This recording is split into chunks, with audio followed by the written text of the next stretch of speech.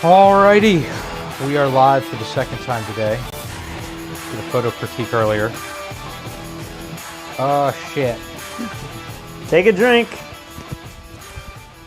I'll be back. Yeah, so we had a little photo critique on this channel. Make sure you guys subscribe since this is a fairly new YouTube channel. And then on the main channel, we released another video on some pretty cool software called Optics by Boris FX. I doubt you took time to watch that video. It looked like a really long video. Yeah, I had to go through a lot of the features, but it's pretty interesting. It makes it renders crazy things like lens flares and lightning bolts, and it does all the color grading too, but it's nothing like Photoshop or Lightroom. It's Totally different. kind of its own thing, which is kind of cool, but we're not here to talk about photography. We are not. Normally I would not be doing this. I just have a horrific ear infection right now. It's like swelling up my jaw. It's hard to open my mouth and talk and stuff, but I'm sure as everyone knows now, late last night, President Trump revealed that him and Melania both have the virus. Did you see it live, or did you wake up? I felt so bad last night. I think I was in bed by 8:30. Yeah. So I woke up this morning to all the text messages from you guys, and I was like, no way. I mean, this was something that I kind of expected months ago, with just the way Trump was acting like it, wasn't that big of a deal. I mean, there was one time in the Situation Room where he was like coughing or something, and we were all like, man, does he have the virus? Yeah. So, I don't know. I mean, there's so many videos to go through, and at this stage, I feel like everyone has seen all of this, but maybe... I don't know if that's true. Maybe just I certainly to know document Katie it. hasn't, my wife hasn't watched a We single should one start of from kind of the beginning. the beginning, or the beginning of, like, last night? Well, the beginning of last night. I mean, actually, number 8 is where we were last night. I don't think we want to start there, but the Melania tapes, we might get to that if there's time. But I watched that. I didn't really understand. Like, I didn't have enough time to... We'll talk about it when we get to it. But let's just watch this quick one. so I went to bed thinking that was the news story. No, you got to somehow, like, now she's I don't know if she's a racist, but like she hates Christmas. And somehow I went to bed around midnight to 1, and I totally missed. Oh, you didn't see the CD? I didn't see the breaking news. President Trump and First Lady Melania Trump have both tested positive for the coronavirus. They're remaining at the White House. NPR's Tamara Keith reports the White House physician put out a memo this morning saying both are doing well. The positive COVID test for the Trumps comes after one of the president's closest aides, Hope Hicks, came down with the highly contagious virus. She had traveled on Air Force One with the president as recently as Wednesday when he held a large, tightly packed outdoor rally in Minnesota. Although Trump and those close to him are regularly tested for COVID, they rarely wear masks in public at the White House or on Air Force One. In Tuesday night's debate, Trump even mocked Joe Biden for his frequent mask wearing. When needed, I wear masks. Okay, let me ask. I don't wear masks like him. Every time you see him, he's got a mask. He could be speaking 200 feet away from it. He shows up with the biggest mask I've ever seen. All of Trump's public events have been canceled. Tamara Keith, NPR News. That I've seen all over Facebook today. Are there pictures of Biden with like an extended mask? No, just the quote of him mocking Biden like hours before he himself comes down with it. It's just like really bad. It's all like the trash talking he did to Obama on Twitter years ago. Yeah. And he's talking trash about Obama, like playing too much golf, or why is the Fed keeping interest rates artificially low? Or he's not paying enough in taxes. Yeah, it's like everything comes back to bite him. It's ridiculous. So, what was your very first thought when you heard that Trump has coronavirus? I think we've all gone down like mini rabbit holes, and we've probably thought about this all day. But what was the first thing that do you remember? I'm trying to remember because I was like waking up after a horrible night of sleep. Yeah. And I grabbed my phone, and then I just started seeing some stuff. And I really don't know. I think I thought a few different things, like how long has he had it? Does he really have it? Is he somehow trying to like get out of more debates or something? Like my mind went to a million different places. Like, how has he not gotten it already? How many other people did he infect? I was probably thinking about a ton of different things. Was there one thing in particular? I definitely was like, I think he's faking this. I think he's lying about it. I think there's too many people involved for him to fake it. Yeah, it'd be a big cover-up. And could you imagine if he won the election And then there was released stories that like he never had coronavirus back in October. I mean, come on, and like every doctor is in on it. I mean, that just doesn't. I mean, he's in the hospital now. We'll talk about that in a second. But I don't know. I don't think he's faking the it. second thought that crossed my mind was he said months ago, was it before we left on our little trip back to the United States? He said that he was taking hydroxychloroquine prophylactically. Yep. And I was just thinking, on one hand, did he stop taking it and you have to constantly take it so often to to have it in your bloodstream so that it could prevent coronavirus, if that's even factual? Or was he not taking it, or was he taking it and it didn't prevent him from getting the disease? So then, and then that brought me to, well, what is he going to be doing now? Is he going to be taking doses of hydroxychloroquine and he will come out of it? I keep going back to the one thing he keeps championing the most, and that is this drug. How is that drug involved either in him getting the virus or getting over the virus, assuming he gets better?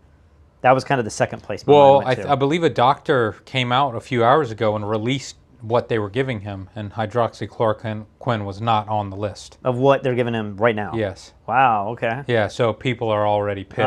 Like, you need to apologize for all the hydroxychloroquine talk. I don't know how I feel about that. I mean, I have watched many videos with many doctors from all over the world who say they believe it works. So when Trump says, listen, I've talked to a lot of doctors who say it works, it doesn't hurt people. People take it all over the world, over the counter. I'm not offended by that like a lot of people are. I just feel like, okay, like maybe it works, and what's the harm, But here in America, it has a very polarizing effect. Well, now it does. It's certain. Nobody even knew what it was a few months ago. I had a conversation with a friend of ours in Dubai, and she runs a big photo thing out there, and she was saying, yeah, everyone's taking hydroxychloroquine. I can't believe you guys in the United States have made it a political issue. And I'm like, here's another person that's like not connected to any political thing in the United States saying that that's what they're doing. So I don't know what to believe. Caitlin, thanks for the super chat. All right, let's watch the next video here. So Hope Hicks. Do you know who she is? Not until today. Yeah.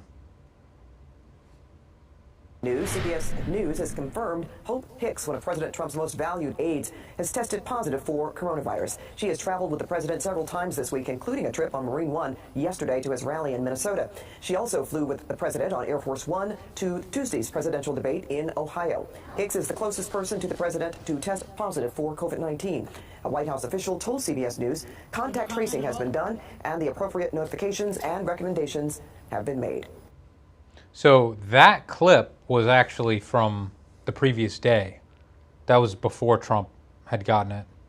Yes, so we can go down this path a little bit. The first thing I wanted to say was, I assume all of these clips are from the days of coronavirus. I don't know how long Hope Hicks has been working for him, but I'm noticing they're doing all the like Puerto Rican kissing on the cheek and hugging, and I'm like, it's one thing to say like we're not going to wear masks, but then to take it to that next step of, I don't know, if you're getting tested on a daily basis, you would think that would be the safest. Obviously that wasn't Obviously the right not. decision, but Right. I don't know. Like I feel like I haven't shaked anyone's hands in a long time. We're doing the elbow bumps and Yeah, me too. I don't get near anybody. yeah, I know. You're not like grabbing onto anybody tight and like having your mouth close to their ear and like doing anything. So, but I just, yeah, none of that. I just see it happening with the president's inner circle, and I'm just like, it seems like that's a bad decision. But I think where In hindsight, yes. some of the, I don't want to say conspiracy because people hate it when we go down that road, but a lot of people are saying that the timeline, I don't have it in my head totally, but there's a timeline of when they went to the debate and maybe when Hope Hicks was diagnosed as positive. And then I think there was a rally in between that. Maybe yesterday there was a rally somewhere. You start putting the pieces together, and I think some people are suggesting, I could be wrong, that maybe Trump knew that people within his inner circle already were testing positive, because there's been several people testing positive while they were taking the flight to the debate. Yeah. And so it opened up, at least early this morning, I was hearing all these stories about like, could Biden have it? And was it maliciously done? If you remember just 2 nights ago when we watched the debate, 3 nights ago, They didn't shake hands, and I don't believe they confronted each other afterwards. They had the awkward greeting of their wives that were very, very different. Did you see the clip of like, there's a camera angle showing Biden and his wife like making out or something, and then Trump is like hitting Melania, like, you have to do something. Oh, no, I didn't see. I just saw him walk over and be like, No, it's yeah, really awkward. he like hits her, like shakes her or something, and you kind of get the vibe that he's like, why aren't you kissing me like she's kissing him? It's really weird. But the idea was that were they lying to the public and not quarantining people in their own staff that they knew ahead of time had it? Well, Because Chris Wallace, I think, is still being tested. I don't know that he's gotten his results Yeah. back. So they made a big deal that everyone in this room has been tested and we know this is safe. yep. But then I saw a thumbnail of Biden maybe 20 minutes ago. Maybe he gave a speech today, and he has the mask on. But he didn't have the mask on in the debate. So it's kind of like, They were far apart though. but isn't he like on a trailer talking to people really? I don't know. Like, how far away outside do you have to be? Oh, you're saying Biden today wasn't wearing a mask? Biden today had a mask on. Oh, But okay. I saw him after the debate talking in front of people about how crazy the debate was, and he didn't have a mask on there. Seems like when news reporters, a lot of news reporters and a lot of politicians are giving speeches, they don't have masks on. But I saw Biden with a mask on just earlier today. Well, this is the interview. I'm glad you grabbed this. I grabbed this too, but then I deleted it. This is Trump's interview with Sean Hannity the night after the night of the debate, right? I think this is, if this is the same clip I had, it's last night. Okay, last night, Trump knows that his aide has it, Yeah. and he's a little nervous that he could have it, right? That's what this clip is.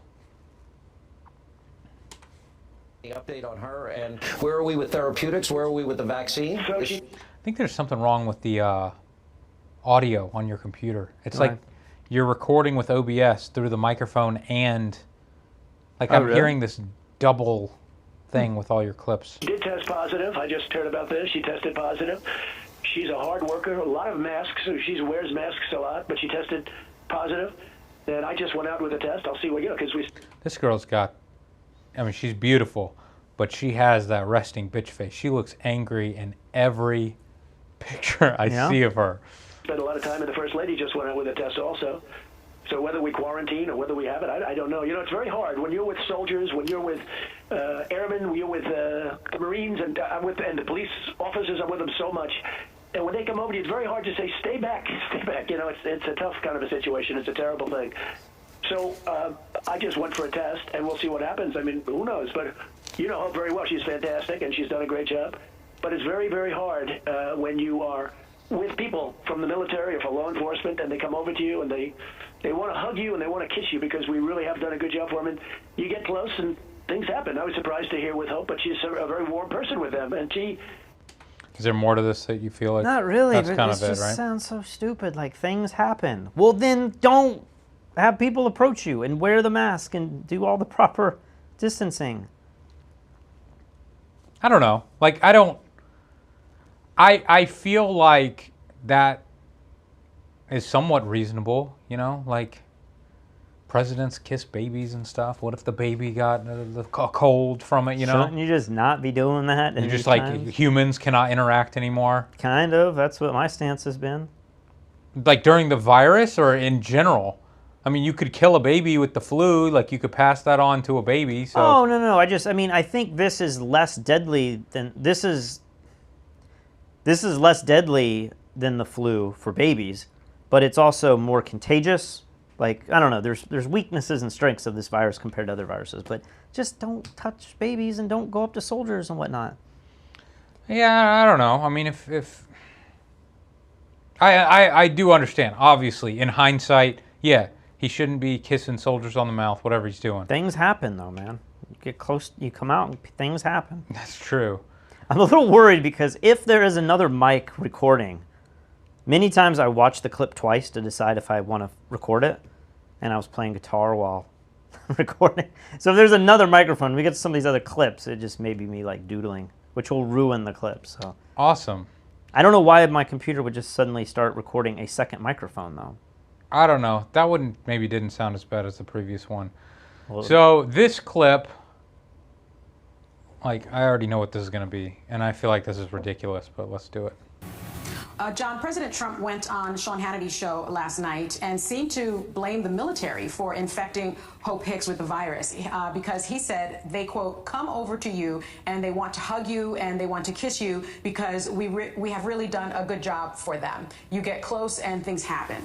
What are the implications of the president seemingly blaming the military for this? It was a really strange moment because my experience with active duty service members is that they are incredibly careful about how they are, particularly around the president, in terms of wearing masks and abiding by social distance. So on a factual basis, I don't know what he was talking about, and obviously it was strange to be somehow by implication saying the military might have been the source of all of this, or somebody in the military.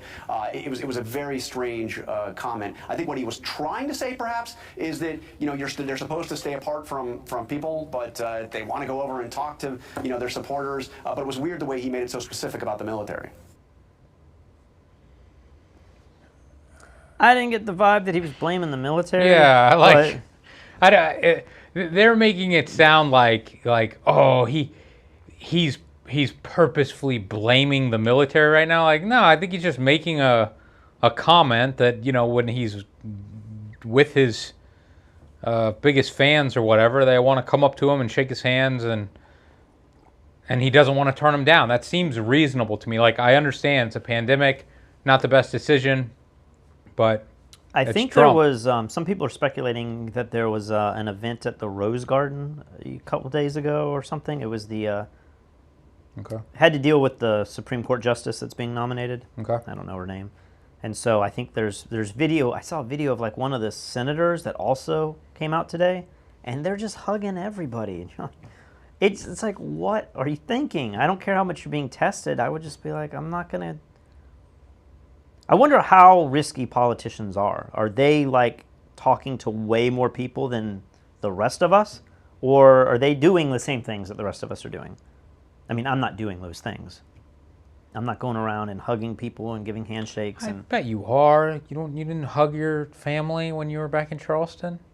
Family's different though. Like I'm not going to like an event. Like, what's an event that I've gone to? I haven't been to an event in a while. Like, I'm not going to an event and then like hugging people and getting my ear close to their face and stuff. I know you are, but I would think the majority of Americans aren't doing that. Like, even people who are anti-maskers are still probably keeping their distance to some degree. To some degree. I don't know. It's just crazy to see the footage, and I'm thinking, like, kind of get what was coming to you, I don't mean that like in a you deserve it or anything. I'm no, just but saying, like you just needed to be if prepared. you're not going to observe social distancing, then... Yeah, like I listen to this Adam Carolla's podcast every day. I think he's really funny. And he does nothing. Like, he won't even wash his hands normally. Like, he doesn't use any soap even in the shower and stuff. And he's like, people misunderstand and think that I believe that either this is a hoax or that I am somehow immune to this virus. And he's like, I don't think that at all. I am fully expecting to come in contact with it. I'm just not going to completely turn my life upside down. I'm just going to keep living my life. And if and when I catch it, I have to take responsibility for that and deal with it. And I feel like Trump probably has the same attitude. Like, all right. It's so funny to me, like, turn my life upside down by washing my hands a little bit more than I should. It's not that. You're like, do. I will not go to events or see people for a year. And that's normal to you. That's not normal to me. I mean, it comes down to the risk group that you're in. I don't know if I'm in a high risk group or not, but like, we're getting close to 40. I don't want to take any chances. If it's just a year, it's not that big of a deal to me. Just a year? I don't know. I feel like give up a year of your life. But I feel like we're living pretty good lives. Like, your problem is you got an ear infection from like snorkeling. Ooh, horrible lifestyle you got there. Like, life's not that bad if you have hobbies and you have work from home that you can do. I just feel like there's a lot. You can take out food and bring it home. Like, there's a lot you can still do that's not like a waste of a year. I don't feel like, it's not like going to prison when your life's like gone. This is just a little inconvenience, to me at least. That's how it feels. Well, I think that's just the difference between me and you. It's like, you are happy to just sit inside and I feel like I'm in prison and I'm going crazy. If I just sit here, I feel like I'm going crazy. I have to do something. And you did too. You flew to Charleston. You took a risk. And if you had gotten COVID on that plane, you would have had to take responsibility for it. I know, but I took some risks. But now when I look back, I'm like, I don't know how risky the air flight, the plane ride home was. And then when I got home, I didn't really do anything that risky, in my opinion. So how risky is it to like give people hugs at an event that everyone has been tested for coronavirus for? Like, that doesn't sound risky. I don't know. I mean, I didn't have the clip, but they're talking again about you being able to have a test, but the test only really says what happened right now and previously. And it may not even be right now. It may be you have been good 24 hours ago, but there's a window of opportunity where you could have the virus and still have a false negative. Yep. And so, I don't know. I'm just still playing it a little safer than I would. And when I see these clips, these politicians, in my mind, I'm not thinking, oh, they went to this event and started hugging people, and that's the one hug that they gave all week. I'm thinking these people are probably doing this every day. They're politicians. Yeah. They're going into their Senate, and they're going into their chambers, and they're talking to meet with people. Like, that's what they do. I agree. I don't think they're acting any differently in the one clip that I happen to see. No, I agree with you. And I mean, maybe now's a good time. I'll pull up the numbers. Now, should we go to the numbers? Let's go to the numbers. So, it's weird. I'll cut back to me real quick. So, I don't know about your vibe of things, but I have people in my life, you being one of them, who were like super safe about this virus. But then eventually you just run out of steam. Like you can't just not live your life. And so you eventually wanted to get back and do stuff. So you flew to Charleston because you wanted to hang out in Charleston for a while. And then it's like you want to do takeout food. And then all of a sudden you're like, well, let's just go to restaurants and we'll eat outside. And it's like, well, let's go to restaurants that might have a window open. And you keep, loosening your grip on the safety. Like one of my friends who was super safe, he was like, he's a little older, and he was like, I don't want anyone coming over my house. Like, I don't want to meet anyone. I'm not taking any jobs right now. I called him the other day, and he was like, I went to a bar the last 2 nights in a row.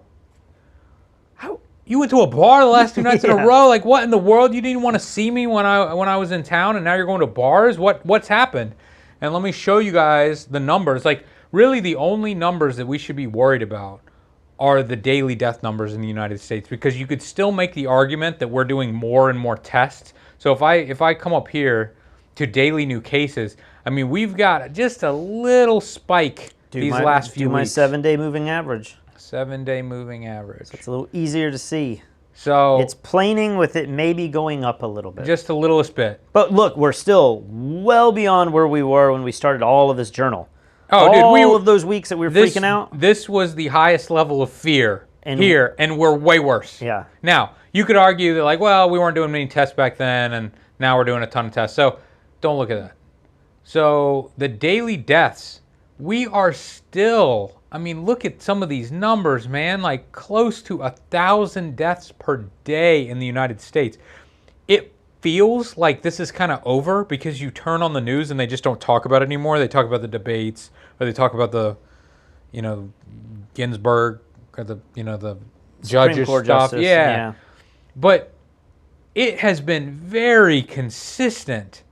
These last 2 months, it has been very consistent. It's 7-day.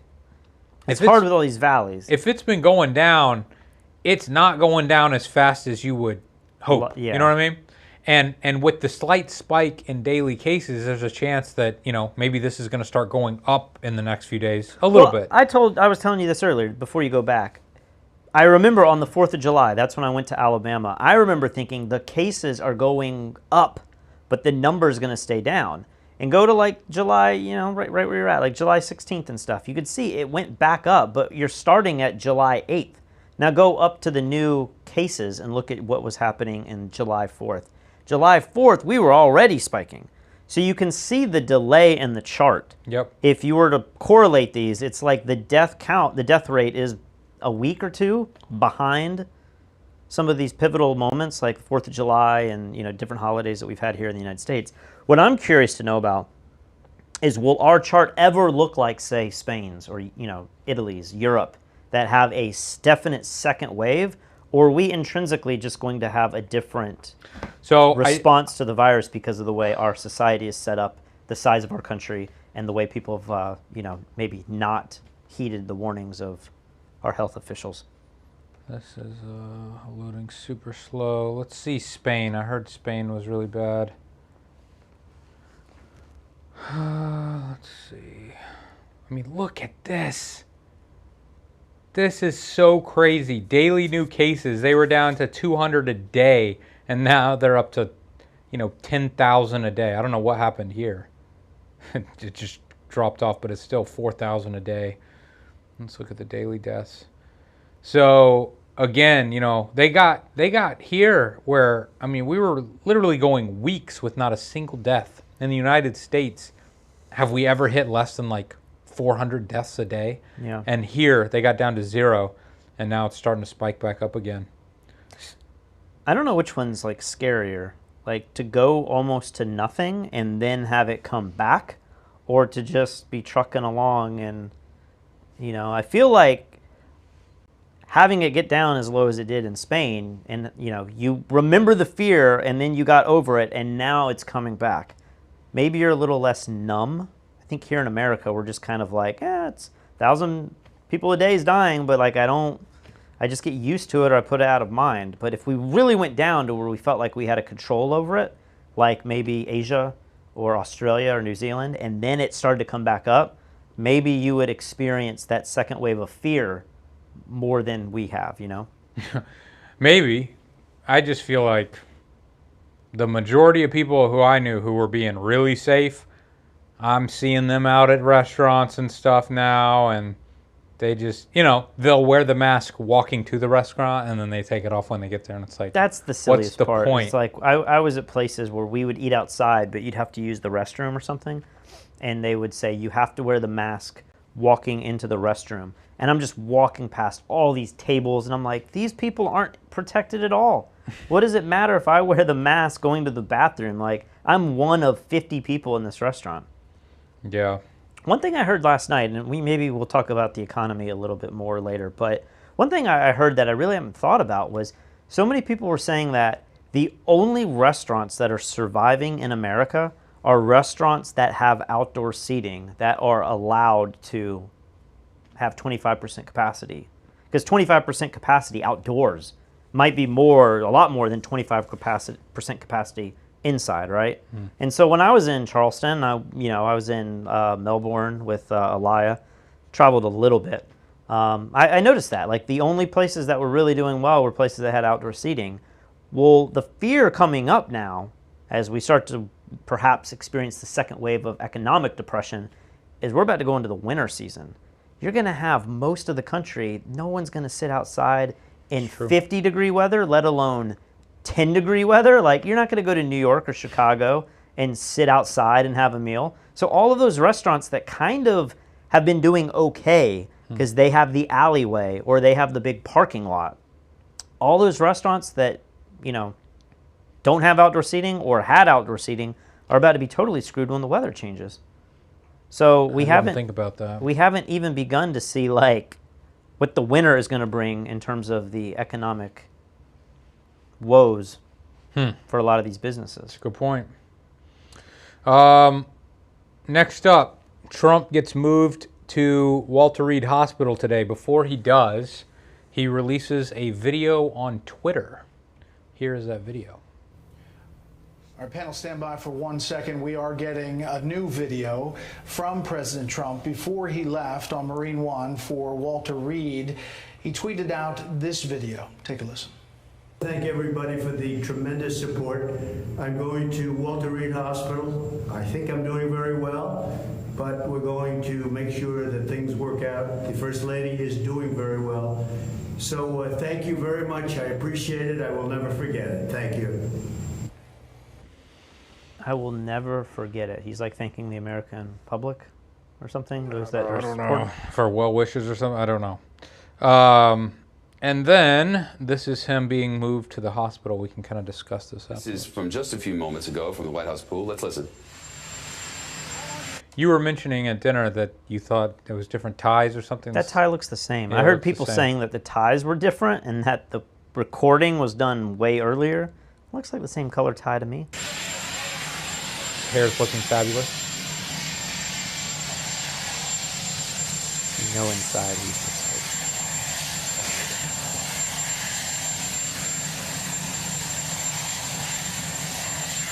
he's walking well.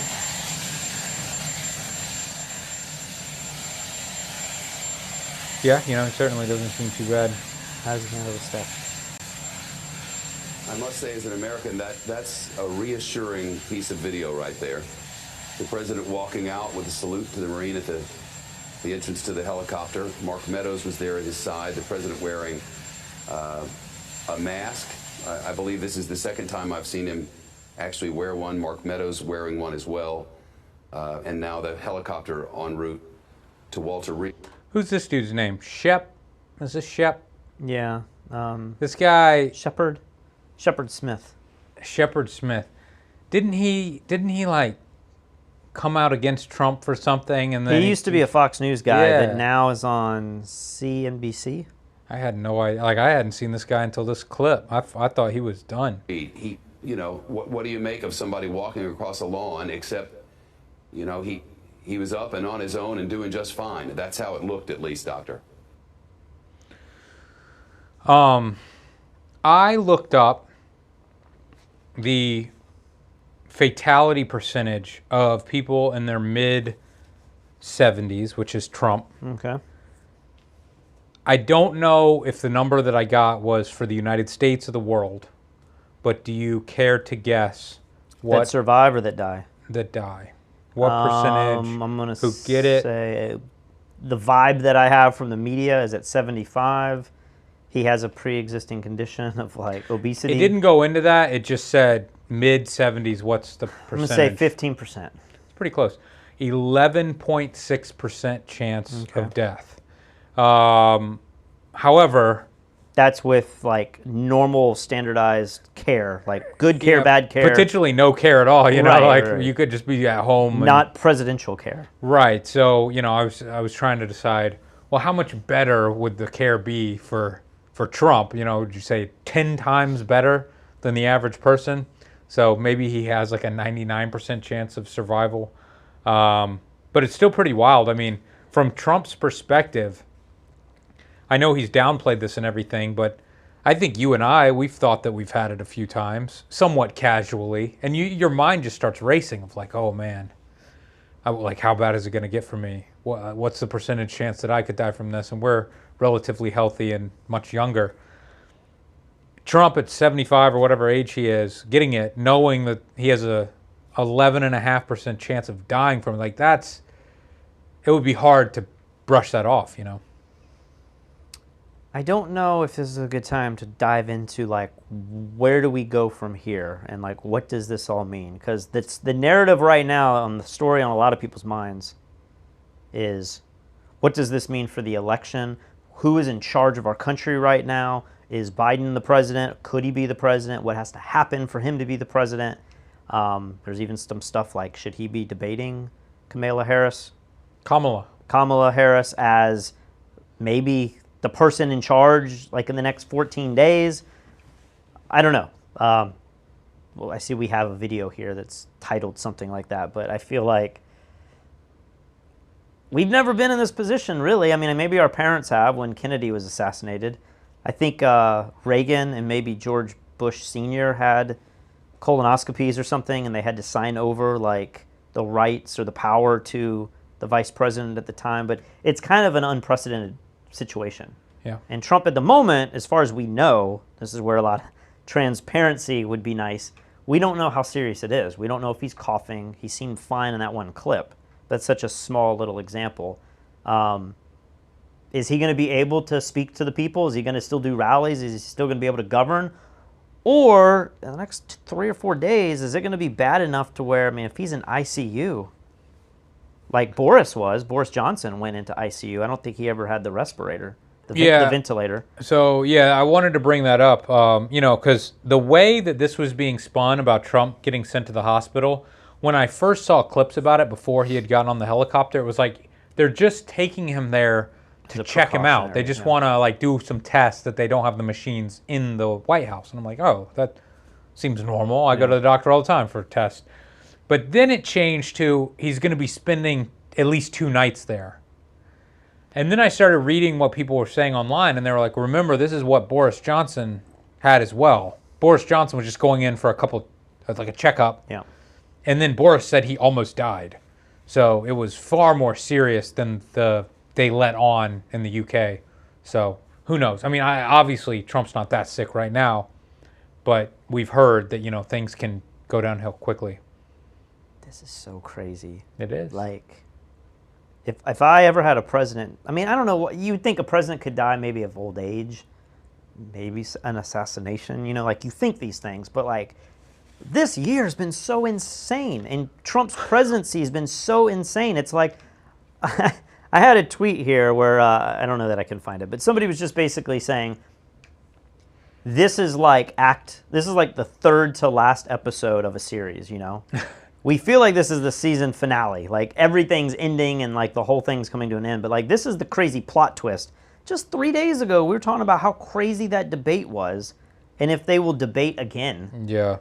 And then boom, look at this. Like 2020's thrown a completely, ball into left field, or the president could be dead this time next week. And yeah, I guess it's possible. It's possible. I think it's very unlikely. I think it's very unlikely. I do too, but I mean, I don't know. It's I'm one of these people that I don't trust Trump when it comes to like he has, he's one of the healthiest. His physician says he's one of the healthiest presidents the ever. Greatest checkup in world history. Yeah, it's like no one's healthier than him. So yeah, let's watch this video on the election. Good. John, we're just a few weeks away from the election. In fact, in some states, voting has already begun. What do you think this means for the election, for the campaigns? Do you think Trump is going to somehow try to stall the elections? And how does the Biden campaign respond? What does it mean for Biden as well? Well, look, there's a lot that's unknown, but this much is absolutely known. The president has no power whatsoever to unilaterally postpone or delay the election in any way. That is simply not in his power. So that will not happen unless there were a move in Congress, and there's no sign of anything like that happening. I think that the Biden campaign, so far, they are moving ahead with events. They haven't canceled anything. As we talked about earlier, the vice president is getting a test, so we'll see how that works out. But they, right now, seem to be going forward. And in fact, the debates, we have more debates ahead, and I am told that the next debate up, the vice presidential debate, is still on as of this moment. Okay, as you just said, the vice presidential debate is Wednesday, and the next presidential debate is on October 15th. What does this mean for those debates? Is there a chance they'll be canceled? Well, I think that the presidential debates is a huge question on that. And by the way, Sarah, I think there was a question on that even before this news. The Commission on Presidential Debates has said they absolutely will be making changes to how the debates are conducted to try to prevent the kind of train wreck that we saw in Cleveland from happening again. The Trump campaign made it absolutely clear that the president didn't want to go along with any changes whatsoever, saying you can't change the rules in the middle of the game. So I think there was already a question about whether the second and third presidential debates would be happening. Now, there absolutely is a question. The CDC guidelines actually say if you test positive, it would be 10 days after the onset of the virus before you could consider going back out into public again. And if the president is sick, it could obviously be much longer. So it's unclear whether or not he will be in condition to go through the debates, even if they all agreed on everything.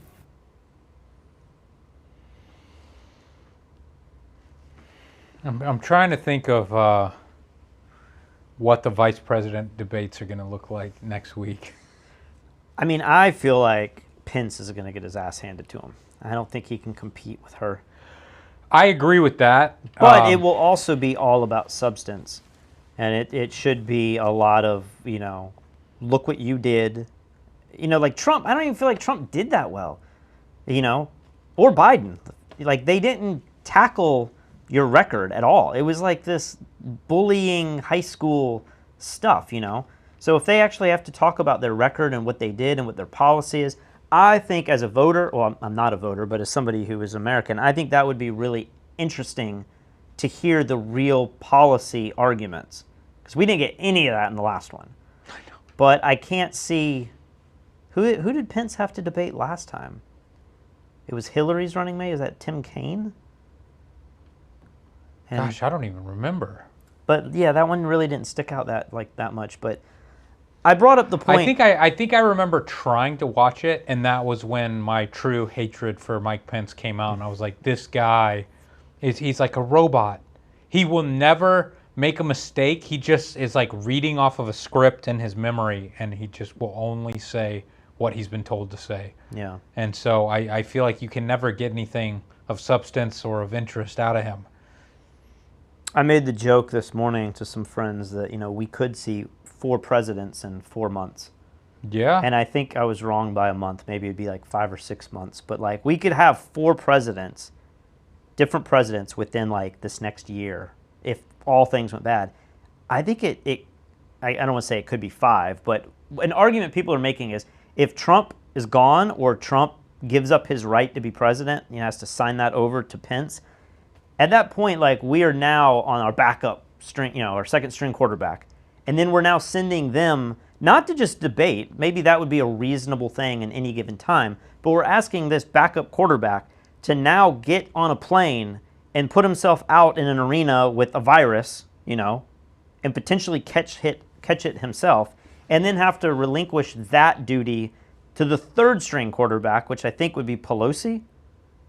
It just starts to get to where, Wait a minute, is it in our interest to... Hold on. If Pence, you're saying if he ran for president, like he would become president for a short period of time. I'm saying Trump goes into a bad situation, and he has to go under or have a ventilator, and he has to sign over power to Pence. Yep. Which is, I think, what would have to happen. Now, if that's the case, Pence does not become the president technically.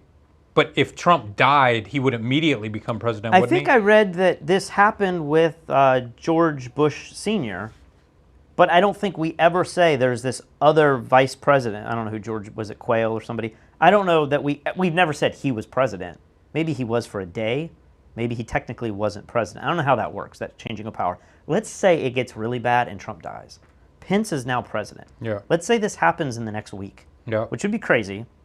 But even if it's not, even if it's the next week, if there's another debate, do you send your backup president out into the field to potentially, should Pence not be quarantined himself and trying to stay as healthy as possible? I'm sure him and Biden could agree, like, we'll do debates remotely, or like we're not going to go on some campaign thing. That would be the reasonable thing to do. But to say like he needs to go out and debate, I think some people would say that is him showing weakness and he should absolutely debate. He could be the next president. But from like an American standpoint, I would just, like, stepping back with no party involved, I would just say, like, maybe we should protect all of these people a little bit better. And if we could do it remotely over video or something, I know that doesn't have the same feel and it changes the game up. But at what point do you start throwing people out there into... maybe there's supposed to be an audience or a town hall vibe to the next one. I'm not sure what they're doing. But you definitely don't want an audience. You don't want anyone else involved. You want to keep these people as safe as possible. But my idea was, like, if Pence became president, then lost the election, and then Biden became president and died of old age, or he got the virus, and Kamala, is that how you're saying? Kamala, she became president. Like, it's not within reason, it's not outside the realms of possibility that, like, we could have 4 presidents in, like, several months, You have to get past inauguration. And we were talking about this earlier. If Trump died, Pence becomes immediate president, and then does Pence have to find a vice president and, like, campaign in just a few days to run himself for president? I think he would initially have to nominate a vice president for the rest of this term, and maybe Congress would have to vote that in. Good luck. I mean, Congress has so many things they're supposed to be doing between now and the election. I don't know if they're going to get any of it done. But, yeah, what happens to the election? I mean, just because Pence is the vice president, does that mean that's the Republican Party's top choice for this campaign? It almost feels like, and there's probably some constitutional scholar out there that would know the answer to this, and maybe this is what we'll be talking about soon, but I just feel like, man, maybe you should delay the election, and maybe the Democrats still want Biden as their front runner. Like, he won the nomination, but, like, somebody else, I don't know who that would be, like, comes up and takes over the Republican nomination? Or do you just accept a loss? Our president died, and so the Republicans have to be like, Our president died, and we were given a landslide loss because, like... See, I wonder... You know, I've always heard that when JFK was assassinated, a lot of people really disliked JFK, and I've certainly heard stories about JFK being like a horribly immoral person, you know, with women and stuff. Sure. But once he died, that's all people remembered, you know, and he kind of was held up as this hero and this American icon. He died in such a tragic way, and I don't think Yeah. our country was divided nearly as much as it is now. And he didn't say things to the American people like Trump has said. That's true. But all I'm saying is, I feel like if Trump died of this virus, I can't imagine people would hate him more. If anything, they'd have a little sympathy, don't you think? Maybe. My point is that although I can't think of anyone who's super gung-ho Mike Pence, maybe if Pence ran after Trump's death, maybe people would be like, man, like, yeah, Trump was an asshole, but like he put himself out there and he died just like a lot of Americans, and like we're gonna vote Pence in to keep up the spirit of Trump alive or something. Well, that was another thing I was wondering with the election is how many people out there want to vote for Biden because they hate Trump. Yeah, This it's guy's like ruining 95%. America. If Trump died, there's people out there that think Pence is worse than Trump in some way. Maybe it's like a religious way or something. Like people don't like Pence either. But if Trump is dead, there could be a lot of people who are like, oh my gosh, let this year be over with. Like, I'm not going out and voting for Biden because I don't like him, but like I don't have to vote now because Trump's gone. And I don't really care if Pence becomes president because at least it's not Trump. They don't necessarily totally equate the Republican Party with Trump, although maybe that is the case, you know? A lot of these like never Trumpers have become always Trumpers. And like their hand is in there, but I don't know. Maybe there's like a huge revolution coming. You could have the who are the people that used to splinter off the Republican Party before? What were they called? Like the Tea Party people? The Tea Party. You could have like a different group of Republicans now want to take control of the Republican Party, just like in the Democratic Party. You kind of have a splintering of their ideology too. I don't know. Like in some ways, this gets me excited because I want all these parties to splinter and for us to have like 4 or 5 real parties that hold 20 or 25%. I know, that would be so But nice. I don't know what's about to happen. It feels like one party gets stronger and stronger and stronger, but then something crazy happens and the other party, surprise, Trump's president, and they're getting stronger and stronger, and then they splinter, and it's like, I just want 4 parties. We can dream, can't we? A boy can dream. All right, this next clip is about Melania Trump's recorded phone call or something. I watched this. I couldn't understand what she was talking about. I don't know what this is about. You said it has something to do with racism. Like, I didn't even pick that up in there. No, this was what was the story yesterday until late last night. And I felt like, I guess this goes on kind of long. I don't even know if you want to cover it. Maybe people didn't see it. But she was recorded privately by her campaign man or her West Wing advisor or something. Okay. And it just sounded to me like, it sounded like she was frustrated that she was trying to do good things, but the media wasn't letting her focus on the good things she was doing, and instead would be like, what are you doing about Christmas? Because that's like a big thing. Yeah. Every year they talk to the First Lady about Christmas. And I don't know. I didn't get the vibe that she's like anti-Christian. Maybe she is. Maybe like Christians are really upset about it. But she just kind of said like, I don't care about Christmas. Yeah. There's bigger Well, things to deal with. She was saying something about how she had to like decorate the White House, and she was like, I don't give a shit about the decorations. Right. And I'm like, that sounds totally reasonable to me. You're the freaking most powerful woman in the world. Like, you got to have other things on your Part plate. of this clip that I found most interesting is I saw on Twitter, it was like Melania Trump said something about the kids in the cages, and she was like, I don't care about that, or I don't care about them. But it was kind of one of these like media things where like they take this sentence and it comes across as like she did not care about the children in the cages. But when you listen to even the long tape, I think this is a CNN clip, it kind of just sounded like she was frustrated that she was trying to do stuff for these kids that are in these unfortunate situations, and she can't do anything because the law has to like play out. But when she's trying to do stuff for them, the media doesn't want to talk about her efforts. And she got really frustrated with it. Yeah. That's what it came across as. I agree. It seemed totally reasonable. I didn't understand why this was leaked and why people thought what she said was bad. I just thought like, oh, this Some seems people have normal. gone on to say that with the debates and then with the Melania tapes, that like this might be why Trump is faking the coronavirus, is to get rid of the tax document that came out, the debate. Some people are saying like he lost that, and then his wife saying these negative things about Christianity. I think it's a far-fetched, but I don't know. She didn't say anything bad about Christianity. She said she didn't give a shit about decorating the White House. See, this pisses me off, man. Like, I am not a fan of Trump, but I feel like people will latch onto these dumb things. Like, I wish Trump had given a better answer to his, like, will you denounce white supremacy question during the debate. You know, we kind of talked about it, but he was like, sure I will. Sure.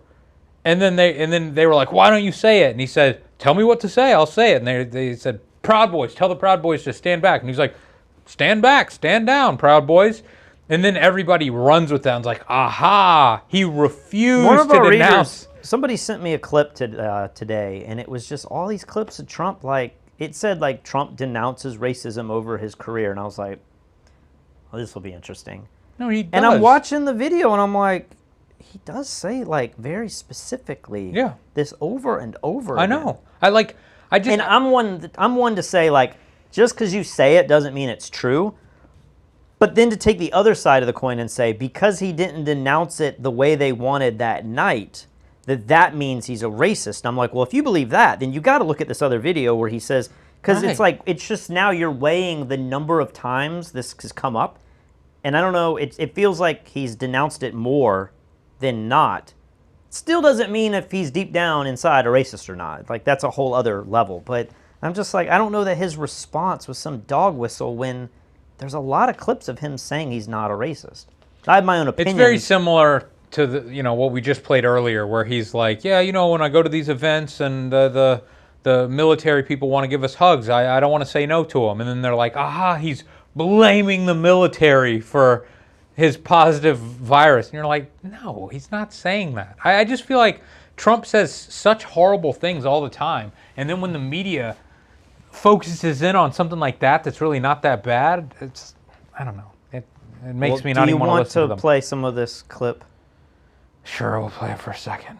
Play another conversation you had with the First Lady. This one is about her trip to the border when the Trump administration... So, this woman,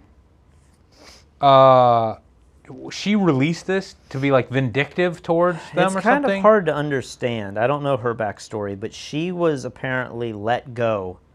I think Anderson Cooper says she was thrown under the bus because she didn't follow some agenda that they wanted her to. But she was in the office long enough to like record all of these things that happened.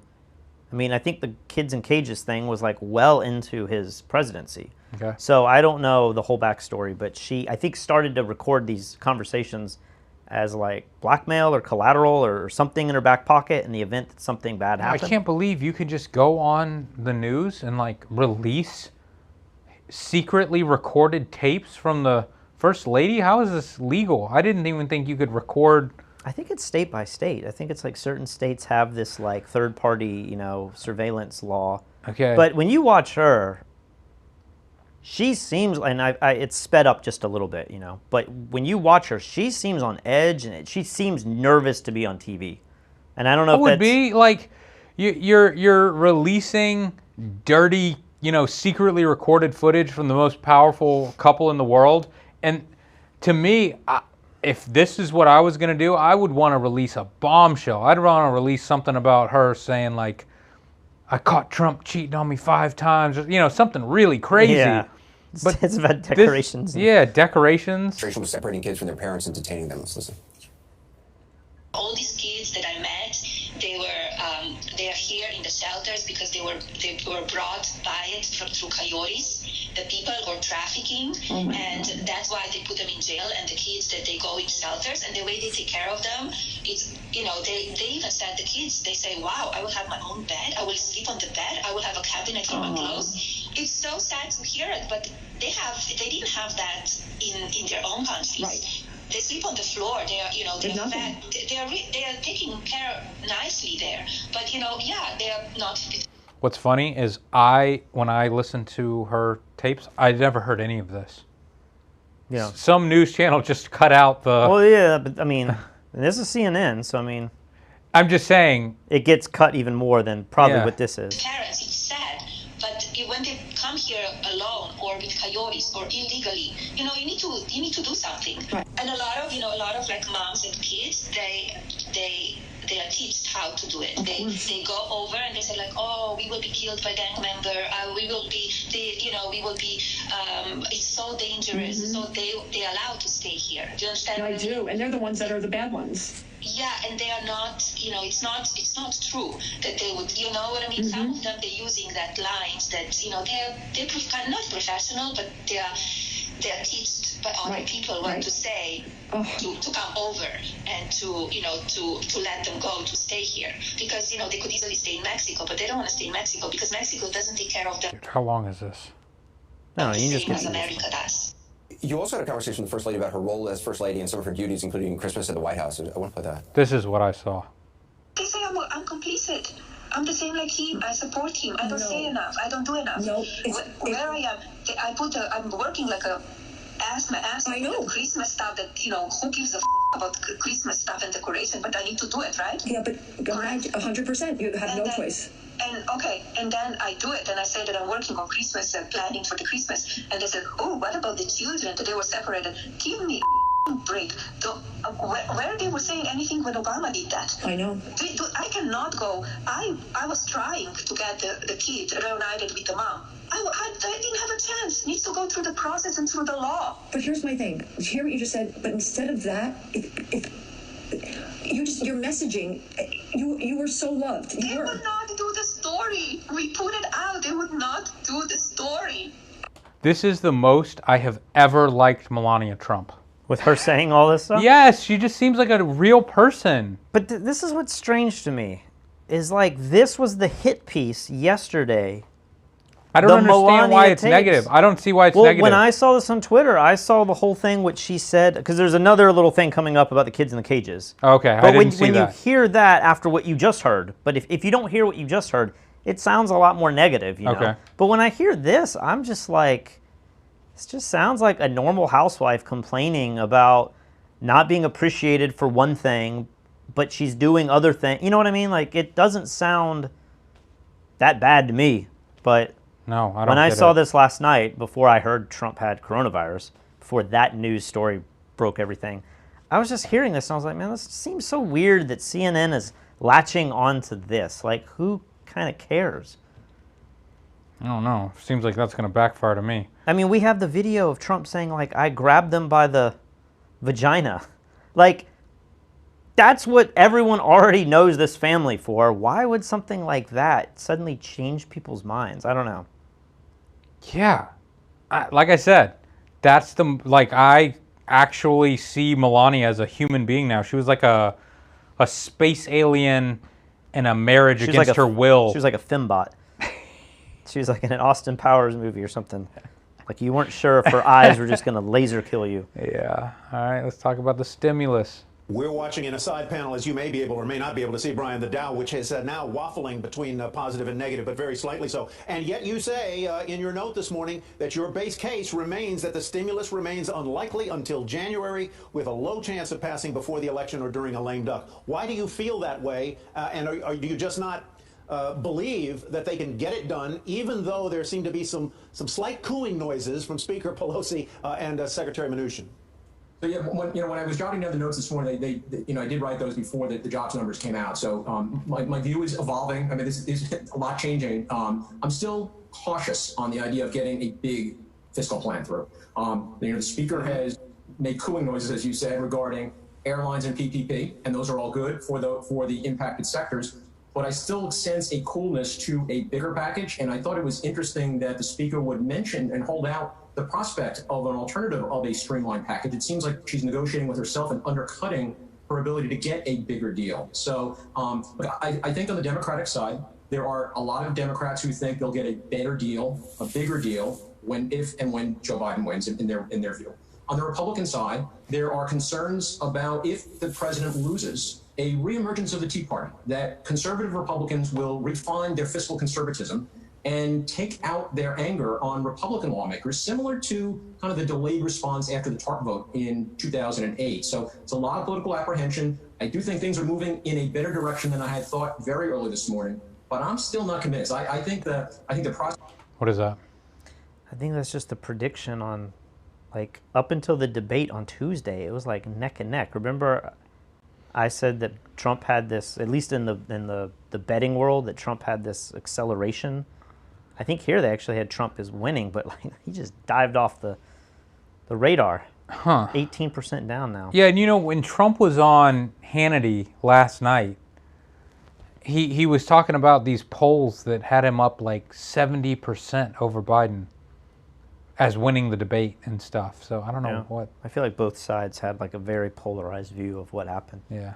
Is there any more to this? I can't remember. Yeah, he was just talking about like the stimulus is the next big thing, you know, and I feel like we were talking months ago about September 30th being the deadline for a lot of this PPP money, especially dealing with the airlines. Have you followed any of that? Like the airlines now, I don't know if they have a formal date, but it's like yesterday and maybe today, American and United have been like firing all the people that were furloughed. And it all had to do with that deadline that happened on October 1st. And I was talking about that for months, being like, watch October 1st, watch October.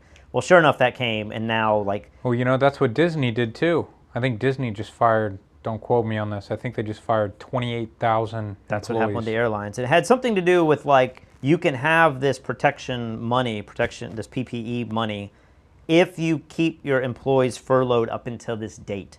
So, of course, everyone did that, right? They took the money, they kept everyone furloughed, but then when that date expired, which was on Wednesday, they let everybody go. So we've had job numbers, those don't look good today. We've had all these other people that are being fired now, and it just feels like we need, I don't know that we need some kind of stimulus, but it feels like people need stimulus. I don't know if that's the right decision for our country fiscally, you know, monetarily, but we're getting at this point now where it doesn't seem like the president is going to have a relief package. It doesn't seem like the Democrats are going to have a relief package. That's not going to come before the election. And then a lot of people are speculating if Trump loses, it's the lame duck session where like he's not really the president much longer and no one's going to cooperate with him because they're about to put a new president in.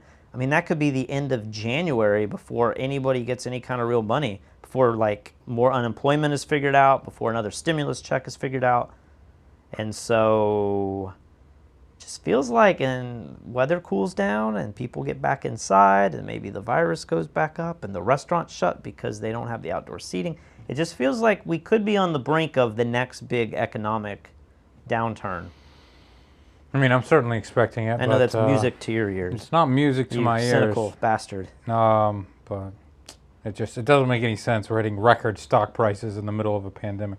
Mike Kidwell said a second ago, only a snake would record phone calls. I agree. Like, even if somebody's made you mad and whatever, I don't understand how you can just release secretly taped footage. He says, to try and make money sounds like a typical left gaslighting to me.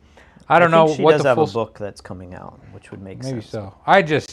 If that is the biggest dirt she has on Melania, then the Trumps are a much cleaner family than I thought. Well, last night when I saw hashtag Melania tapes, I didn't think I'd be listening to phone calls. I was like, what just happened? It wasn't what I thought, but... here's more about the Does it change the likelihood of a stimulus deal? You know, I think it went from being dead to maybe just slightly dead. And so the calculus is, in politics, whenever you want to change your mind, you need an excuse. And so you don't want to view yourself as having caved. And so is this the catalyst that provides that excuse? Is this the deal that gets done because the White House needs a victory? What we saw this afternoon is Nancy Pelosi sent a letter to all her colleagues outlining 5 areas where there's still disagreement. They're not huge, but it does show that Republicans are going to have to come probably more to where she is for her to sign off on a deal. And with members headed home, there's no real pressure on getting a deal near term. So we're back to the point where in D.C., things are impossible right up to the moment they're inevitable. We're still hoping that we can kind of flip that switch and still get a deal done, but it's not looking good. I don't get that, Ed. I feel like this provided a huge sense of urgency. The President of the United States contracting COVID-19 is a pretty stark reminder that this pandemic is still with us and still threatens us. We got a jobs report today that was a big miss. It showed the number of permanent job losers, up to 3.8 million people, continues to deteriorate, and all sorts of other troubling signs beneath the hood, like people leaving the labor force.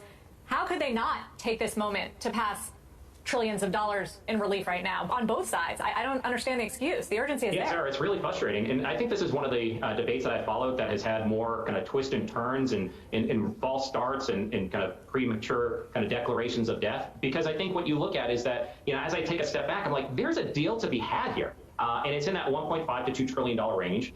Do we have individuals who want to get that deal done? What is the normal political calculus? Those catalysts are gone. You would think that you'd have more pressure from the White House to kind of cut that deal. The president has taken a lot of executive action, which took some of that pressure away, as well as had a campaign that has largely been based upon we have turned the corner economically and from a healthcare perspective. But with the president's diagnosis today, it really does remind us that the health and economic impacts are still here. The problem is now we're almost a month away from an election, and so the time is just not there, and the policy differences are probably bigger than the money differences, which makes it even more difficult to get that deal done. There's a chance, but it's hard. Patrick, I'm going to set a rule that you can only have 60 seconds per video clip. You don't enjoy a little longer format? No. Understanding more what's at No, stake? they just repeat the same thing again and again, and then I zone out, and then I'm like, oh, what did they say? And I totally missed it. But you listen to 2 and 3 hour podcasts. That's true. You don't like getting a little deeper in the weeds and kind of knowing what's really going on? Those weeds were shallow. I had something to say that Stimulus. was related to all of this. Stimulus, but it just kept going. I was about to pause and talk about it. I was going to ask you, do you feel like you're going to buy more gold? You're holding on to a lot of cash. You got that awesome Tesla short. Yeah. Not going Is there too any well. moves you feel like you would be making right now? Or would you be like, No, I feel like I'm still probably like. you don't feel like a $2 trillion relief bill would sink the dollar a little bit more? Maybe It could. prop up gold a little bit more? It It's going to could. make those sweet stocks pop. Maybe. I think it's all short term. I think it will go up, and then I think there's going to be the biggest crash we've ever seen. I think. You've been saying that for a while. Oh, this is what I want to say. Yeah, I know. I've been wrong for years now. But I heard there was a jobs report that just came out, and we have now gotten below an 8% unemployment, which is incredibly good. Like, I can't imagine how we did that so quickly. So what she was saying something came out and it was bad, which is the opposite of what I was hearing. I haven't had time to research it enough, but there's 2 job reports. There's like one that always comes out on Thursday, and everyone's like, you shouldn't look at that one. And then there's the one that comes out on Friday, which actually takes into, if you listen to Peter Schiff, he's always talking about the real unemployment number. There's people that have been unemployed for so long that they've stopped looking for jobs, and they don't get counted. Like my sister, I don't know that she's looking for a job right now. I don't know if she gets counted in the true unemployment. I mean, she's on unemployment, so maybe she gets counted. It's very tricky to figure out how these numbers are all put together. I should research more of that so I could have more to talk about it. But I've heard people say it's up to 20%. The real unemployment number is 20%, which seems much more reasonable. Yeah, that seems... 7% does not seem likely at all. I mean, there's so many... I think it's around 8% right now. Either way. Yeah. Seems way too low, but who knows? Airlines. They also had a story where last month's unemployment number was revised, and I want to say it was 700 to 800,000 people lost their job or filed unemployment, one of those two. In this month, like today, they revised that to 1,400,000. So from 800 to 14, to 1.4 million. Almost doubled the number. Mm-hmm. Like that's how far off their projection was. And so if you don't catch those little things too, you might think, oh, well, like we did well last month. September was a good, August was a good month. But then when they revise the number and they double it, I mean, that's not good. So you always have to catch these little things. I feel like these numbers are manipulated in ways that... I don't know enough about that. Here's another long one, 1 minute and 40 seconds. The lack of hustle and bustle and the emptiness at Logan Airport shows an airline industry not even close to pre-pandemic operations. It was $25 billion originally set aside in order to ensure that airline workers were paid. That expired last night. So beginning today, there is no funding, and the airlines are threatening to lay off tens of thousands of workers. American Airlines moving to furlough 19,000 employees. United Airlines announced the expectation of 13,000 job cuts as early as today, October 1st. A flight attendant at Logan Airport shares the mood of a tense workforce. It's been very crazy with this pandemic. You know, a lot of people have been laid off in the airline industry, and, you know, it's been very hard for us, you know, especially with our jobs, you know, being scared. The fate of air travel and the cutbacks likely to trickle down to the service industry at the airport. I'm a supervisor for G2, that's contracted with United. We basically take care of the wheelchair people. We take care of the bags upstairs. I love when it's busy. For me, it's like I'm in my house doing nothing. Well, there's intense negotiations going on right now. There you go. Give you a good stopping point. Yeah, I couldn't even understand what that woman was saying. wasn't. She had the droopy mass syndrome. Something about taking bags and being upstairs in her house. I don't I'm know. glad you included that in this clip. Sometimes I know the clip's good, and then I don't wait to see where the end point is, and it's just like, well, let the tape roll a little bit. This is the final clip you have here. Vice President Pence's office says he and Karen Pence have tested negative for the coronavirus. The White House says the president will continue to carry out his duties, especially as commander-in-chief. NPR's Tom Bowman says with defense matters, Trump could be assisted by Vice President Pence. What you would see possibly is a vice president chair any cabinet meetings, for example, or have the defense secretary come to the White House for meetings over the next couple of weeks. And of course, the president could simply call the Pentagon leaders himself, either Defense Secretary Esper or General Mark Milley, chairman of the Joint Chiefs. He's quarantined, but again, still carrying out his duties as president. NPR's Tom Bowman reporting. So they were just saying, what's Pence's role in all of this? And should he be protected? We've already kind of talked about that. Yeah. Well, is there anything else you have to go over today? This is a historic day in the coronavirus journal saga. It's so crazy that it happened 4 weeks before an election. I feel like the stakes, it's like everything is just boiling. I know. It's like we put the frog in the water and we started boiling the water, and we were like, we know he's not going to jump out, but eventually something's got to happen. Frog's going to die, right? And I feel like, I'm not saying Trump is the frog, but I'm saying this whole situation.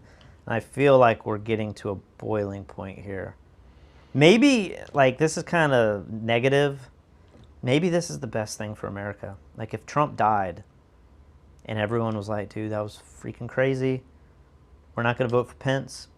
Everyone's just like, man, that's the way it ended. It's kind of like the letdown of the season finale. But like, if Trump makes it through this, my biggest fear, I said this in the last one, was that Trump actually could win the election on election night. But somehow all the other votes come in, and he does not win the election when it's all said and done. That's like a doomsday scenario for the United States.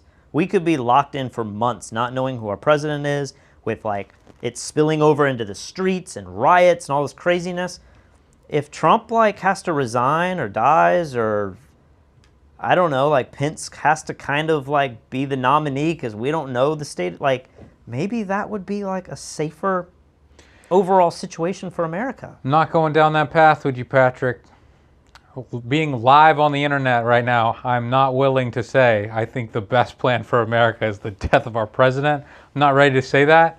But I'm not saying good like luck. assassination. I don't know. I said it. I prefaced it with it was a dark vibe. It was a dark thought. Yeah, that makes it totally fine. Okay, well, I just believe dark times are coming for the United States, so Okay. I'm trying to find a way out, and this is a twist that potentially could be a way out. I don't know. Okay. Well, guys, Patrick is going to get a lot of hate mail for that one. Sorry. And I have no idea when we'll do another one of these, but we will see you guys soon. Hopefully my ear will be fixed and I'll feel a little bit better. We'll see you guys later. I think Melania